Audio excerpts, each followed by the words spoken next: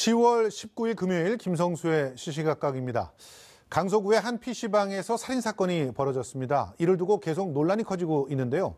경찰의 대응 논란과 심신미약과 관련된 감형 논란 등 쟁점이 많습니다. 이웅혁 건국대 경찰학과 교수와 전화 연결해서 자세히 짚어드리겠습니다. 이웅혁 교수님 나와 계시죠? 예, 안녕하십니까? 예.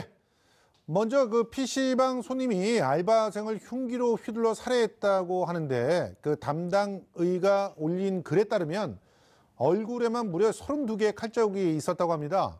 도대체 어떤 상황이기 때문에 이런 잔혹한 범죄를 저지르게 된 걸까요?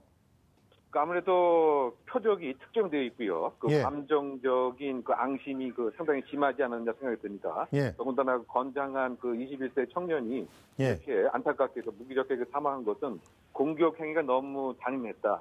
지금 의사의 진술에 의해서도 목, 얼굴, 손 등의 과다 출혈 때문에 예. 사망을 한 것 같습니다. 이미 병원에 도착했을 때 처음부터 의식이 없다고 하는 이런 점을 지적한 것 같은데요.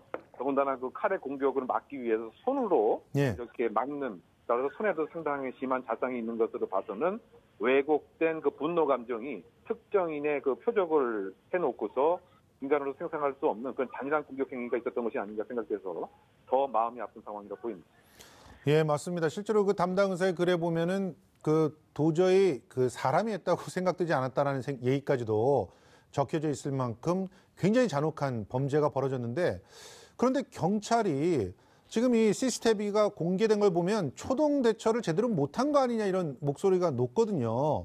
1차 출동을 했다가 단순 시비로 정리하고 분명히 범죄를 저지르는 사람들이 화장실로 가는 것들이 보이는 곳에서 그저 에스컬레이터를 타고 가는 모습이 보였단 말이죠. 좀 더 적극적으로 대처를 했어야 되지 않느냐 이런 얘기가 나오거든요. 네, 사실은 경찰이 존재하는 목적 자체가 예. 이와 같은 범죄의 위협으로부터 국민을 안전하게 보호하는 것이 기본 목적입니다. 예. 더군다나 경찰이 현장에 왔다가 간 지 불과 10분 남짓, 15분 상간에 이와 같은 끔찍한 일이 발생했기 때문에 예. 청와대 국민총회에서 이 빠른 시간 안에 약 50만 명의 국민들이 불만을 표시하고 있는 것 같습니다. 예. 결과론적으로 상당히 경찰의 대처가 아쉬웠지 않느냐 이런 비난을 분명히 가할 수가 있는 상황이 아닌가 생각이 되고 예.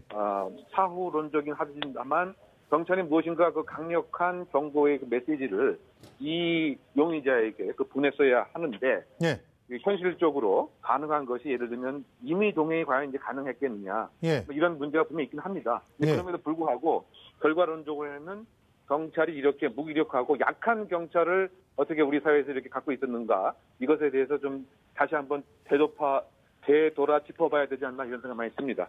그러니까 말입니다. 실제로 임의동행이라든가 혹은 신체의 수색이라든가 이런 것들을 할 수 없는 그런 상황이었는데 앞으로 이런 누군가를 죽이겠다라는 협박이 있다면 그런 식의 어떤 조치들을 할 수 있어야 되지 않나는 그런 얘기들이 나오고 있는 게 사실인 것 같은데요. 한 방송에서 이 CCTV 영상을 공개한 다음에 피의자 동생의 행동도 굉장히 논란이 되고 있어요. 이 동생이 공범일 가능성이 있는데도 경찰이 초기 대응 부실을 덮기 위해서 풀어준 거 아니냐 이런 의혹도 있단 말이죠. 제3자가 정확하게 상황을 판단을 해볼 필요가 있지 않는가 일단 생각이 됩니다. 다만 예.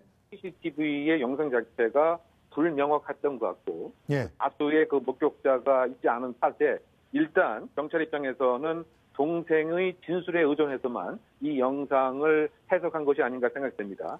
그래서 오늘 서울경찰청장의 이야기처럼 공범의 여부 가능성을 찬찬히 다시 들여다보겠다고 했기 때문에 예. 실제로 범행을 방조했는지 아니면 일정한 도움을 줬는지, 왜냐하면 적어도 상해 행위, 칼로 공격 행위를 했을 때에 피해자를 잡았다고 한다면 예. 적어도 상해의 공범 여지는 분명히 있습니다. 예. 왜냐하면 살인으로까지 하는 것은 얘기하지 못했지만 적어도 상해 상황은 예견 가능했다고 한다면 공범의 가능성은 분명히 있는 것인데 예. 왜냐하면 동생이 이곳저곳 혹시 계속 탐색을 했던 것은 아니냐 이런 이야기도 있는 것 같고요. 그러니까요. 따라서 동생이 피해자의 몸을 잡는 형태가 이것을 말리는 형태였는지 예. 아니면 형의 공격 행위에 도움을 주려고 했던 것인지 이것에 대한 정확한 판단이 있어야 되지 않나 생각됩니다. 예. 자, 그리고 마지막으로 피의자가 10년간이나 우울증 약을 복용했다는 보도가 나오니까 이걸 심신미약으로 감형받으려는 시도다 이런 비판이 쏟아지고 있어요. 그래서 청와대 청원 게시판에 감형 반대 의견까지 올라온 상태인데 실제로 감형 가능성이 있다고 보십니까? 결론적으로 보면 저는 감형 가능성이 없다고 생각이 되는데요. 예. 심신미약이라고 하는 것은 행위 당시에 예. 옳고 그름에 대한 판단을 제대로 할 수 있느냐의 여부입니다. 예. 따라서 10년 동안 우울증을 약을 복용했다고 하는 사실만으로 예. 심신미약으로 단정 지을 수는 없을 것 같고요. 예. 그래서 지금 그 경찰 입장에서도 감정 유치장을 발부받아서 정신 감정을 실시할 예정에 있습니다. 예. 그럼에도 불구하고 이 정신 감정 결과가 판사를 반드시 기소시키는 정신 감정 결과에 따라서 판사가 반드시 이건 따라야 될 그런 문제가 아니고 자유로운 심증으로 판단할 문제이기 때문에 예. 범행의 전후 맥락을 봐서 판정이 이루어지지 않을까 생각이 되는데요. 판사 입장에서. 저는 개인적으로 봐서 옳고 그름에 대한 시시 변별 능력은 분명히 있었던 것이기 때문에 감형의 가능성 상당히 적지 않나 예상됩니다.